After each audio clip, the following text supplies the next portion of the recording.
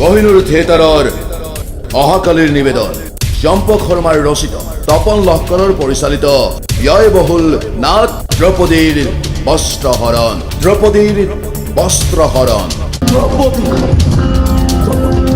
দ্ৰৌপদী নামৰ এজনী ছোৱালী আমাৰ ব্যৱসায়ৰ প্ৰতি বন্ধক হৈ থিয় দিছে।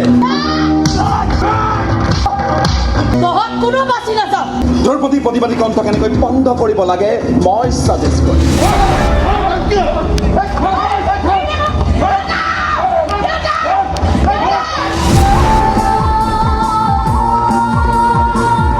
তাইক বস্ত্ৰহৰণ কৰি তাই কেঁচা আঙুলৰ গুণ মই ল'বই লাগিব।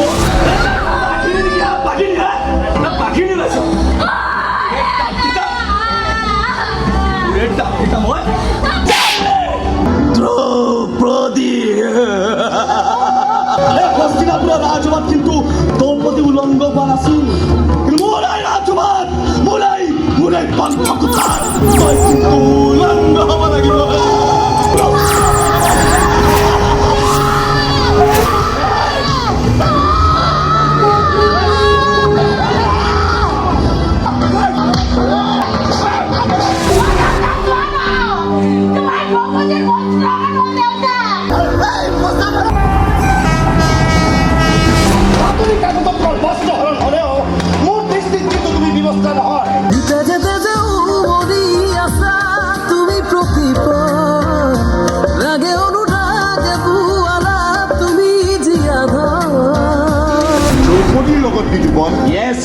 কেইটামান গুণ্ডাই ওপৰ চুপৰি দৰ্শন কৰি আপোনাৰ স্থানত পেলাই থৈ অহা সেই ছোৱালীজনীয়ে দ্ৰৌপদী নহয়।